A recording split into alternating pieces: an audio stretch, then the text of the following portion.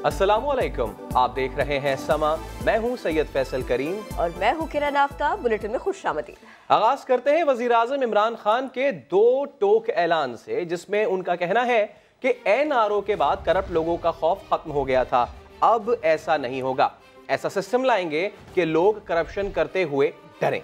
वजीर आजम ने थल एक्सप्रेस के इफ्तिताही तकरीब से खिताब में कहा कि पिछले 10 साल में पाकिस्तान का कर्ज 6 से बढ़कर 30,000 अरब तक पहुंचा दिया गया। हुकूमत यौमिया 6 अरब का सौदा अदा करने पर मजबूर है। हज पर सब्सिडी की बात करने वाले बताएं, उन्होंने मुल्की खजाने में छोड़ा क्या है? मुल्क पर कर्ज ना होते तो पाकिस्तानियों को मुफ्त हज कराते।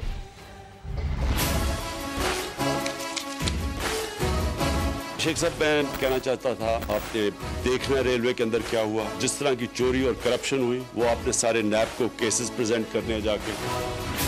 पिछले 10 साल में किसी को खौफ ही नहीं था, जी हाँ, तो किसी ने पकड़ा ही नहीं जाना। NRO 1 और NRO 2 के बाद 6,000 अरब से 30,000 अरब पे पाकिस्तान का कर्जा पहुंचा है इन 10 सालों के अंदर।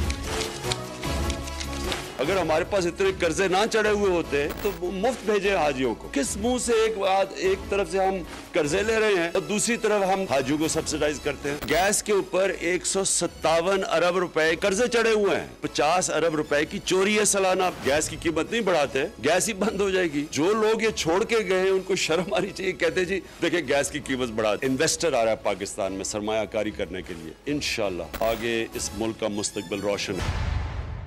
तो पाक सऊदी ताल्लुकात के नए दौर का है आगाज। सऊदी अरब के वली अहद मोहम्मद बिन सलमान 16 फरवरी को पाकिस्तान आएंगे।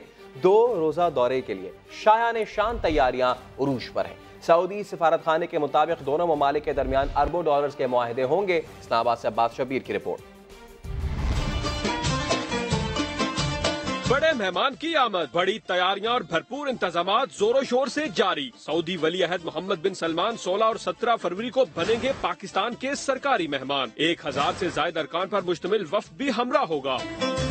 हुकूमत ने सऊदी वली अहद के क़याम के लिए वजीर आजम हाउस का इंतखाब कर लिया। मोहम्मद बिन सलमान के हमरा वफ्द के अरकान को पंजाब हाउस और 3 होटल्स में ठहराने का फैसला। पाकिस्तान आमद पर मुअज़्ज़ज़ मेहमान का इस्तकबाल वजीर आजम इमरान खान खुद करेंगे। सऊदी सिफारत खाना का कहना है कि शहजादा मोहम्मद बिन सलमान के दौरे से पाक सऊदी ताल्लुकात के नए दौर का आगाज होगा। पाकिस्तान और सऊदी अरब के दरमियान अरबों डॉलर के मुआहदे होंगे। Kingdom to stand always with Pakistan in critical situation, and for this visit inshallah will be inshallah assign a lot of you inshallah. Saudi वली अहद सदर मुमलकत आरिफ अलवी से 1-on-1 मुलाकात करेंगे। ईवान सदर में ज़ियाफत का एहतमाम भी किया जाएगा, जिसमें आला सियासी और अस्करी क़यादत और गैर मुल्की सफरा शिरकत करेंगे। वली अहद दौरा पाकिस्तान के बाद मलेशिया रवाना होंगे। और यही नहीं, इस्लामी फौजी इत्तेहाद के सरबराह जनरल राहील शरीफ की वज़ीर आज़म इमरान खान, वज़ीर ख़ारजा शाह महमूद कुरैशी और चेयरमैन सेनेट से अहम मुलाकातें भी हुई, जिसमें इलाकाई अमन और इस्तेहकाम समेत मुख्तलिफ उमूर पर तबादला ख्याल किया गया। साबिक़ आर्मी चीफ कहते हैं फौजी इत्तेहाद के क़याम से दहशतगर्दी के खिलाफ आलमी कोशिशों को तक़वियत मिली। इस्लामी दुनिया में दहशतगर्दी का नासूर खत्म करने का मिशन। 41 मुल्की फौजी इत्तेहाद के सरबराह राहील शरीफ मुतहर्रिक, वज़ीर आज़म, वज़ीर ख़ारजा और चेयरमैन सेनेट से अलग अलग मुलाकातें की। पाक फौज के साबिक सरबराह राहील शरीफ ने PM ऑफिस में इमरान खान से मुलाकात की, जिसमें इलाकाई अमन इस्तेहकाम और इस्लामी फौजी इत्तेहाद में पाकिस्तान के मजबूत किरदार पर तबादला ख्याल किया गया। वज़ीर आज़म ने इस्लामी इत्तेहाद फौज की दहशतगर्दी के खिलाफ कोशिशों को खूब सराहा। इससे कबल राहील शरीफ की दफ्तर खारजा आमद हुई, जहां उन्होंने वजीर खारजा शाह महमूद कुरैशी से मुलाकात की। कमांडर इस्लामी फौजी इत्तेहाद पार्लियामेंट भी गए। चेयरमैन सेनेट सादिक संजरानी से मिले, उन्हें फौजी इत्तेहाद के इकदामात से आगाह किया। कहा पाकिस्तान हमेशा दहशतगर्दी के खिलाफ फाल किरदार अदा करता रहा है। ये इत्तेहाद दहशतगर्दी के खात्मे और क़याम अमन के लिए कोशिशों को मजबूत बनाएगा। साबिक फौजी सरबराह ने गुज़िश्ता रोज army chief general Qamar Javed Bajwa से भी मुलाकात की थी। अब्बास शबीर, समा, इस्लामाबाद। सऊदी वली अहद शहजादा मोहम्मद बिन सलमान का तारीखी दौरा पाकिस्तान। दोनों ममालिक के दरमियान 10 से ज़ायद MOUs पर दस्तखत होंगे। सऊदी अरब 10 से 15 अरब डॉलर सरमायाकारी करेगा। चेयरमैन सरमायाकारी बोर्ड हारून शरीफ ने समा से खुसूसी गुफ्तगू में बताया कि अगले 5 सालों के दौरान पाकिस्तान में 40 से 50 अरब डॉलर्स के मंसूबे लगेंगे। ये एक सिग्निफिकेंट और हिस्टोरिक इवेंट है। सऊदी अरब के जो वली अहद हैं, वो जो तशरीफ ला रहे हैं, ये एक अनप्रेसिडेंटेड कमिटमेंट है।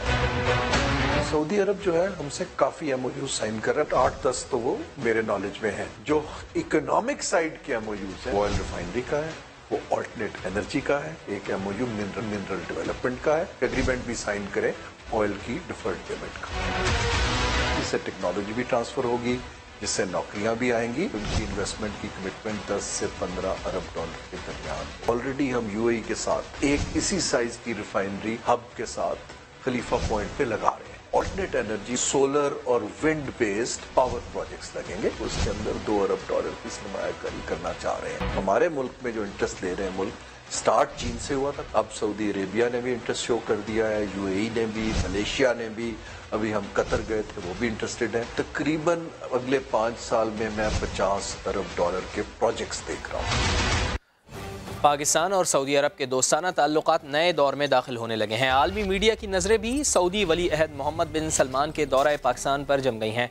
सऊदी शहजादे की आमद को पाकिस्तान की मईशत के लिए इंतहाई अहम करार दिया जा रहा है। तो बड़े दौरे की बड़ी कवरेज तो होगी, लेकिन साथ के साथ आपको दीगर खबरें भी दें। नवाज शरीफ के वकील ने तिब्बी बुनियादों पर सजा मुअत्तली की दरख्वास्त पर दलाइल का आगाज़ कर दिया। कहा, साबिक़ वज़ीर आज़म को ऐसे अस्पताल में रखने की ज़रूरत है जहाँ तमाम बीमारियों का इलाज हो सके। इसी पर देखते हैं सुहेल रशीद की रिपोर्ट। नवाज शरीफ की सजा मुअत्तली की दरखास्त मेरिट पर नहीं, सिर्फ तिबी बुनियादों पर सुनी जाएगी। इस्लामाबाद हाई कोर्ट ने मियां साहब की इस्तदा मंजूर कर ली, नैब के एतराज़ात मुस्तरद।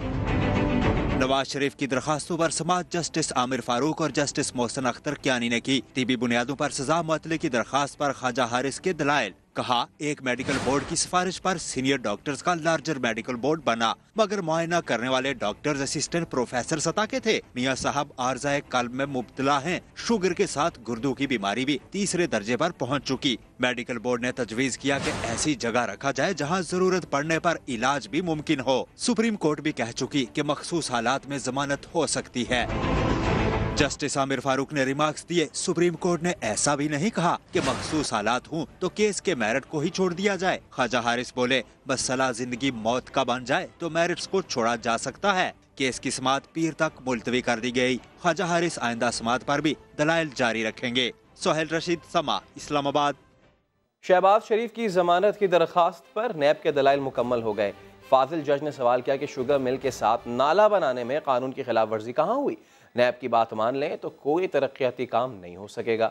नैब ने अदालत को बताया कि शुगर मिल का अपना डिस्पोजल का निज़ाम नहीं, सरकारी ख़जाने से नाला बनवाया गया। अदालत ने इस्तफसार किया कि क्या कानूनन इस बात की इजाज़त थी। नैब के वकील ने जवाब दिया, इजाज़त थी, लेकिन इसका फ़ायदा किसी को पहुँचाया गया। केस की समाअत कल तक मुलतवी कर दी गई है।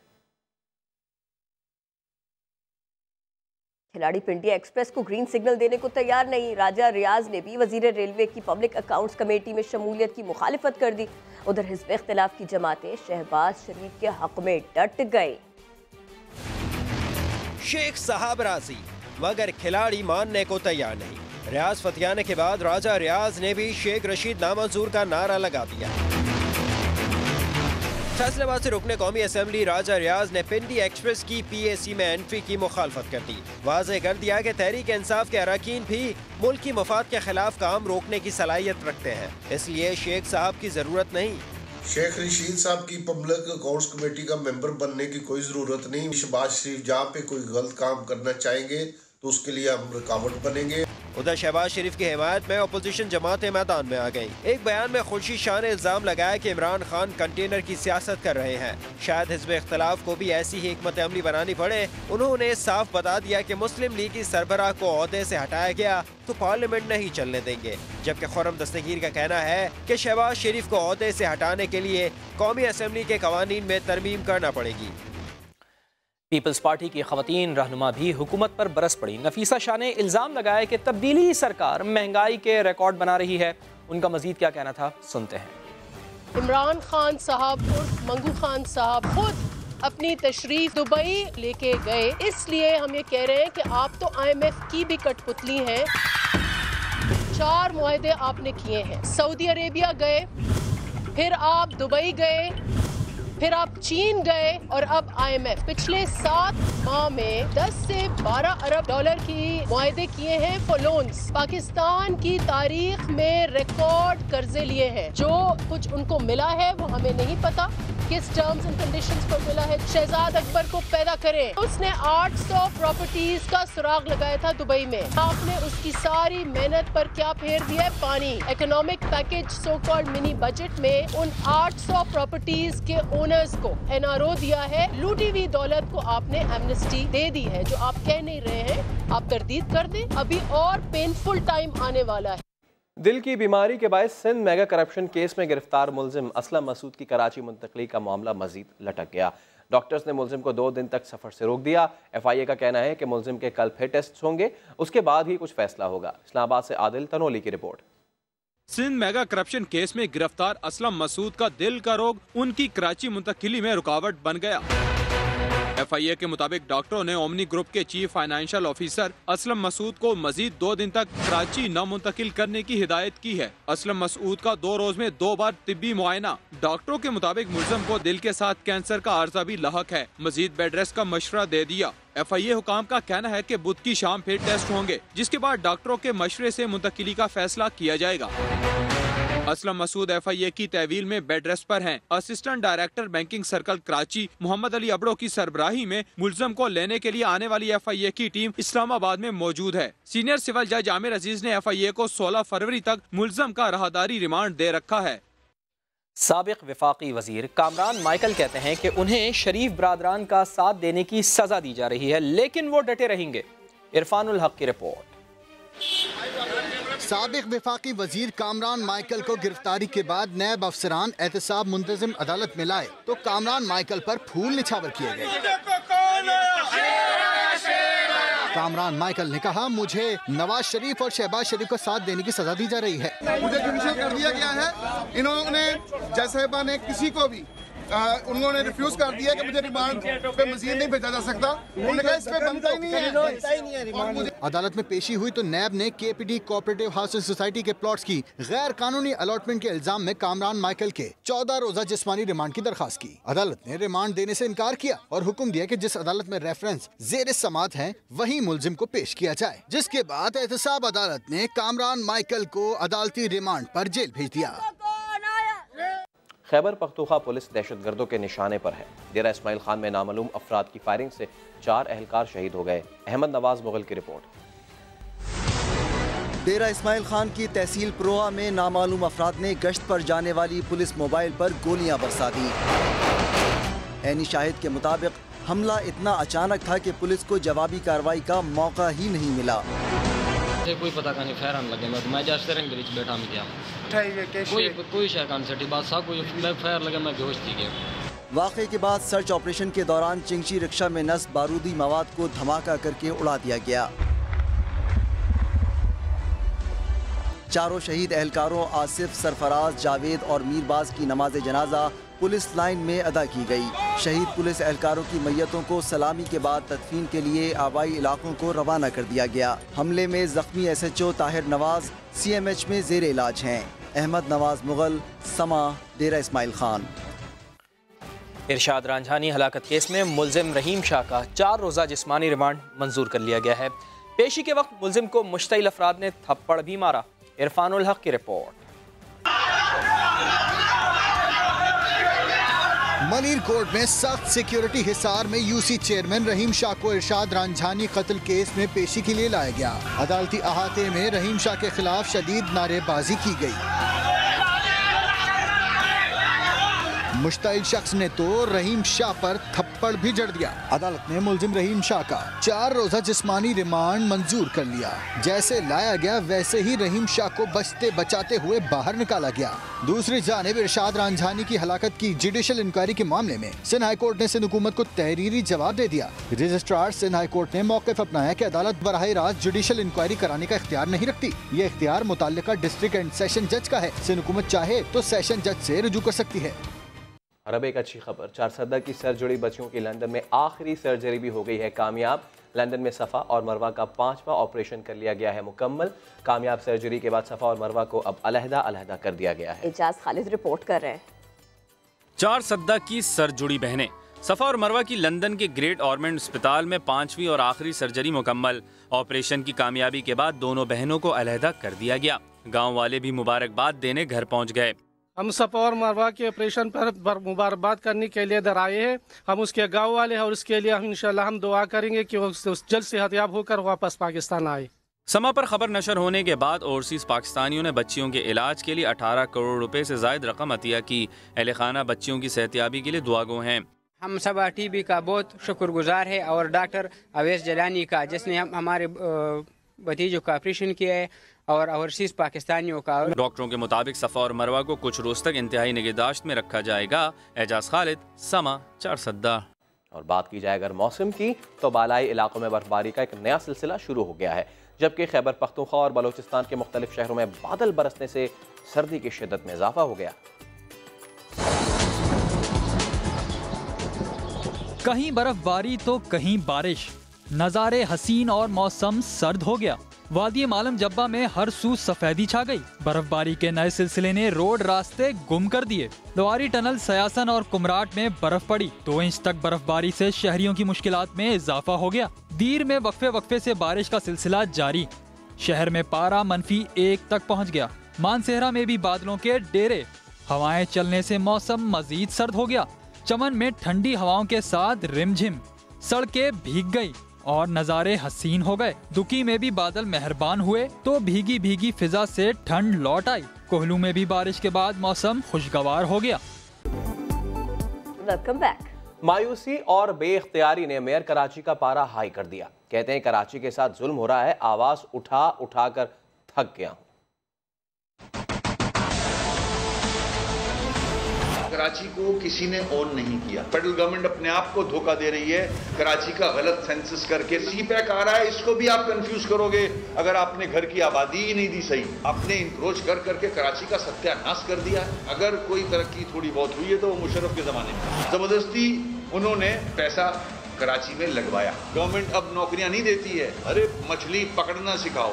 केएमसी को अच्छा काम करेगी तो सीएम साहब की तारीफ होगी। पता नहीं क्यों इस शहर को अलग क्यों रखा हुआ है। बाकी जो सूबा है वो तो तबाह कर चुके हैं। ये कितने इंडस्ट्रियल एरियाज हैं, अगर गवर्नमेंट ऑफ पाकिस्तान इन पे तवज्जो दे दे, आपको दर बदर फिरने की जरूरत नहीं पड़ेगी पैसे मांगने के लिए।